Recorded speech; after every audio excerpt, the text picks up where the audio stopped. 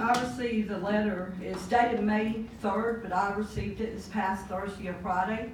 And I've been trying to get in touch with my attorney, my real estate agent, anybody who might know something about stream buffer variances. Ma'am, we are on application number 1, which is Joe Anderson Truck Parking LLC on Rosedale Drive. Oh, okay, it's the wrong one. Okay, I'm sorry. My name's signed in though. Excuse Okay, me. you can come back. We are asking for any questions, comments, or opposition on 2019-0-W, which is application by Joe Anderson / Truck Parking LLC for a waiver to installation of a left turn lane. Yes, ma'am, I'm Wayne Crow, and I live in Menlow Station, which Okay. is off of Rosedale. My only concern about the whole situation is the traffic on Rosedale as far as the big trucks. Rosedale Road and Warren Farm Road is not made for large trucks. And they're gonna say they're gonna come down a Bell roof, but you know good and well as I do, they're gonna end up coming down Warren Farm and Rosedale. There's a crosswalk right there at Menlow Station, and there's kids walking to go to the Silver Comet Trail and all.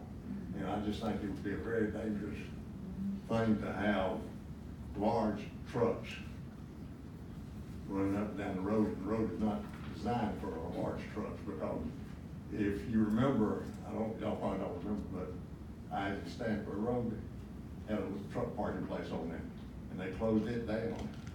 But that road was tore slap up. I mean, they finally had to come in there and take, about 3 months to get it fixed, just to repair the roads from where the big trucks that they come through there. Warren Farm and Rosedale is not equipped to handle the large trucks. And that's all I have. I appreciate you. Okay, thank you, sir.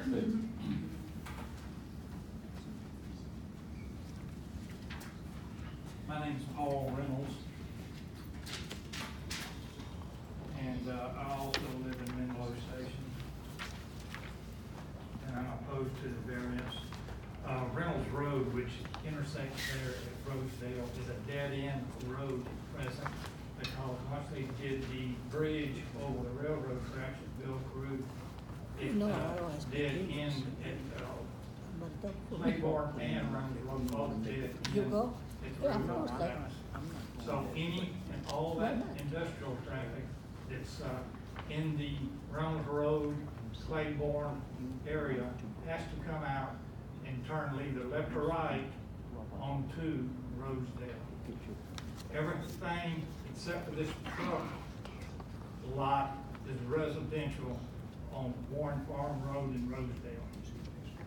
Everything to the east on Reynolds Road is residential present.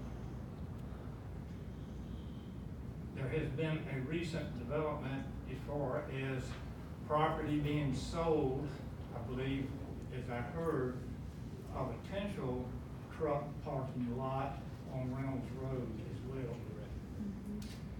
So all of a sudden, you'll have 3 truck parking lots within a quarter of a mile of one another.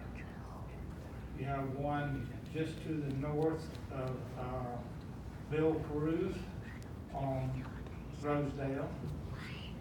That does not have a left turn lane into it.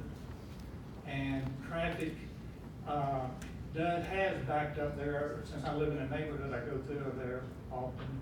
And I've been having to wait on a truck to turn into their parking facility, because an existing truck would be at the entrance gate, and apparently the trucker would have to check in to have access to the parking lot.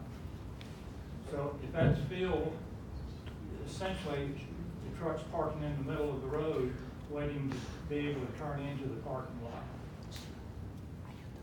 Going back to the Reynolds Road, and this entrance and exit of the new truck lot is going to lead directly across from Reynolds Road, you'd almost have to have a red light there with so much traffic coming and going.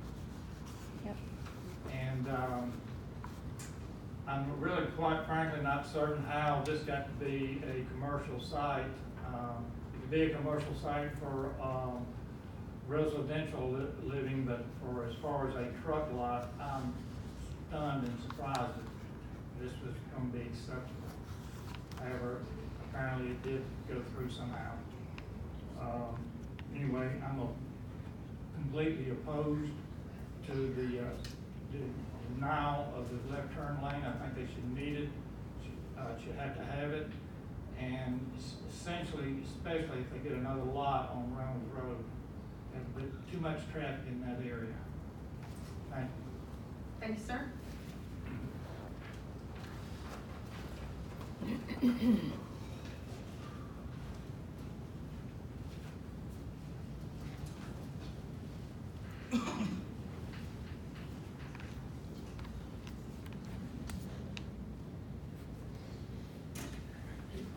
Good afternoon, members of the commission. My name is Darius Bailey. I'm coming here today not only representing the Menlow Station community, which sits both directly adjacent to the development in question. Again, my name is Darius Bailey, taxpayer, veteran, father. I wanted to let the record show that I'm sitting here today before you in complete opposition to the request, the specific request, as well as any future development as a parking lot for this particular this piece of property. I'm a local real estate broker, business owner, and I have members of the community that have expressed their concerns regarding this matter. And my specific concerns as such are that, Menlow Station, we're about 129 units in this particular subdivision, and which generates quite a bit of tax revenue for the county. And my concern is that beyond safety, we currently have routes for Hiram Elementary, J.A. Dobbins Middle School, and Hiram High School as well. Beyond the safety concern that this development poses is the threat of future tax revenue, the decline in property values. I'm not sure you guys have done your research and showing that this particular development, there's no buffer between the residential and this particular industrial development. And I'm just, as many of the members of my community are concerned for, I think this particular development would not be the best, both for our community as well as the local, the direct community that this development sits next to. So I ask that you guys consider this when making your final decision, when you present this to the county commission, and making a final decision that you consider these statements that I present to you this afternoon. Thank you. Thank you, sir. And I will point out that the Development Waiver Review Committee, we are not a recommending body. We will be the final decision on this variance request. Just wanted to make sure you were aware of that. And our records do show that the property in question is zoned I-1, which allows for truck parking. I would ask the applicant if he would like to come back and provide any answers to some of the questions that have been asked. And I show that the property is zoned I-1, but I don't show how long it's been zoned I-1. I don't know if it was a recent rezoning. Great job. Okay. Is there anyone else before the applicant comes up that would like to You speak did a great job. with questions or concerns about this case?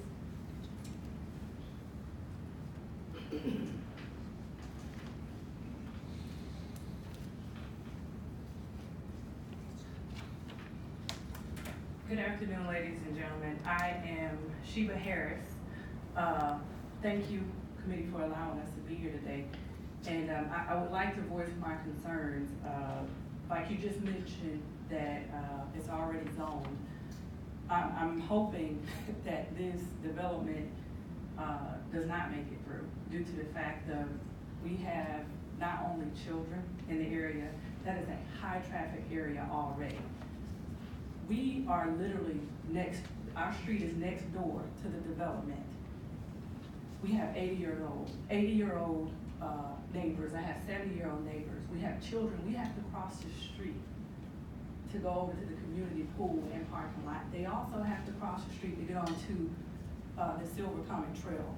But like he mentioned, it's not a tax revenue problem when the development, everything will decline. But not only that, we have environmental issues. Even when you guys tore down the trees and burned the trees, a lot of us were sick over there due to the fact of burning of the trees, and the smoke went directly to us. Yes.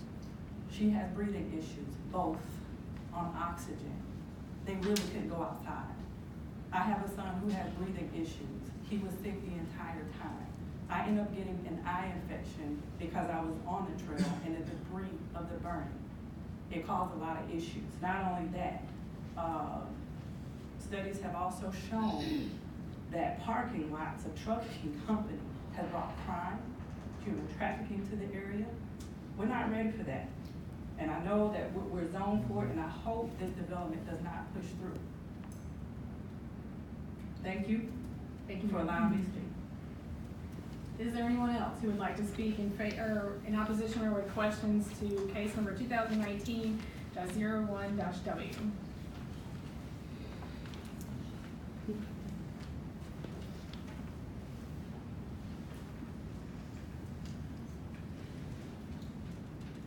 Good afternoon. I'm listening to everybody, and the only thing that comes to mind, I have a question. Is this a 24-hour operation? Yes. We can ask the applicant that.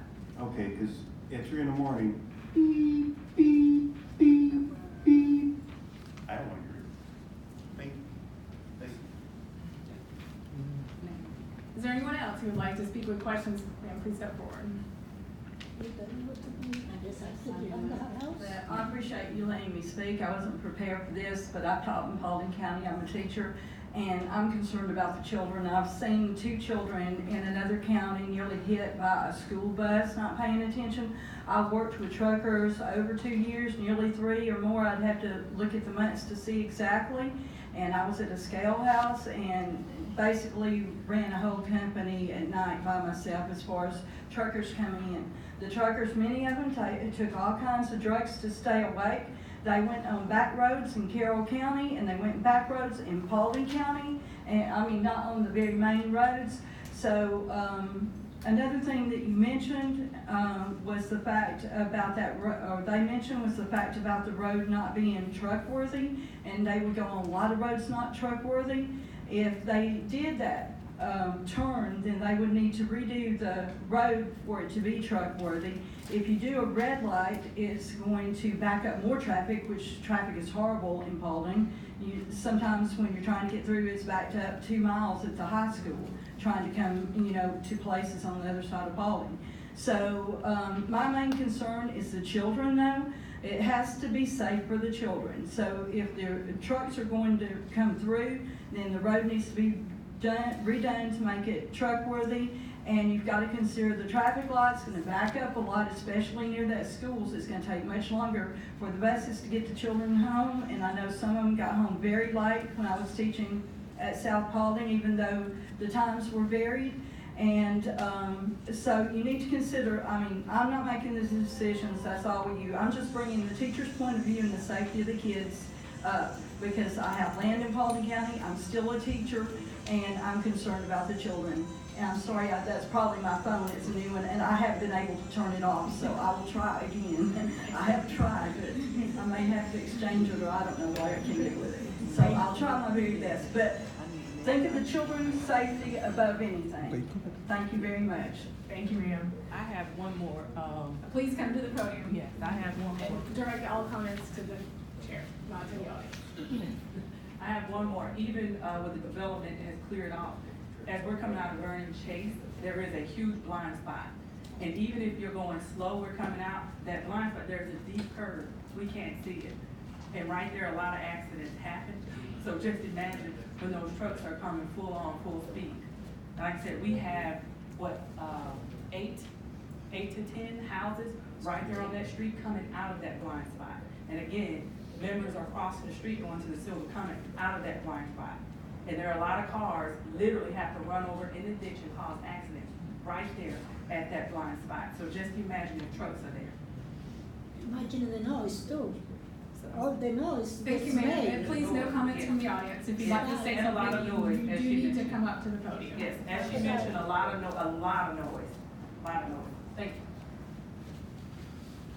Okay, at this point, we're gonna close the portion of this meeting open to public comment. Would the applicant come back, and I will try to summarize what some of the questions were. We had several questions about traffic on Rosedale with several people opposed to that. There was a question about a buffer between the subject property and Menlow Station Subdivision.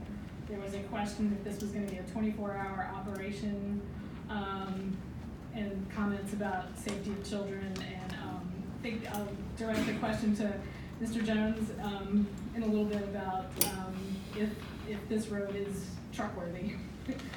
So if you'd like to let you answer some of your questions, since that was one of the last one. Let me say this, it is a 24-hour truck operation. The existing truck operation, about 800 feet west from this site, it is a 24-hour operation. It's been in existence there now for some time. It would amaze you to really understand how a truck parking operation really works. The numbers that you're thinking of, 150 trucks or 80 trucks or whatever it might be, on the existing lot, there's 150 trucks. We know the turnaround of these people that drive and operate these trucks. What it is, Madam Chairman, members of the committee, is this. People that drive these trucks are normally mom and pop operations. They're leased on to companies. And they come in and park their truck off a road trip, and it sits there for 3 or 4 days without moving. Then they get back in that truck, and then they may be gone from 2 weeks to 3 weeks to sometimes a month. Then they come back and park for 2, 3, 4 days. That's the process that's involved. The number of trucks seems high, but the actual traffic volume in and out is not all that much. As far as the safety part is concerned, I've been there at that location, it's now in existence, and I see these trucks coming and going. And I have hardly ever seen any backup with any people trying to turn into this particular existing lot, which is approximately the same acreage of the proposed lot. And I've been in and out of it almost daily. I'm just saying that the proposed site out there, when you think of the trucks and how it's to be used, is not necessarily the volume that you might think. Secondly, we do plan in this particular site that we're talking about, we're going to encircle the whole site with Leland cypress trees. So you really won't even be able to see this operation except the gate that comes into it. Now the gate into this site is going to be at least 30 to 40 feet wide, and it'll be about 80 feet deep with inset off the county property there, off the right of way. Any vehicle trying to turn in there will be able to get completely off the driveway, off the highway and the right of way before it has to stop. So what I'm trying to say to you, these vehicles are not stopped in the road trying to make a left-hand turn. That has not been the case where we are now for some time, from personal observation. We think that in closing this property, like we intend to do, with the only view being we're going to exceed what is normally required in planting trees. And not only that, we'd like to point out that on Menlow Station, normally there's a 50-foot setback. We have allowed on this project right at 200 feet setback from Menlow Station. You know, buffer or setback? Buffer, yes, ma'am. Okay. Yes, ma'am. So is it undisturbed, or is this something you're gonna replant back? No, ma'am, it's not disturbed. It's Been preserved when you. That's right, it's been tree. preserved. Okay. Yes, ma'am. And then we're gonna plant trees around that, on the inside of that, inside the lot. So I'm just saying that, we haven't had any complaints with anyone up on the other lot. We have a resident right across from us. We haven't had any complaints there. We're neighborly friendly. We're not here to cause anyone problems with their property. We're going to operate this property to ensure that, and that's our purpose. We live here in this county too, and we realize the importance of people's property, and we're aware of that, and we're going to do this project accordingly.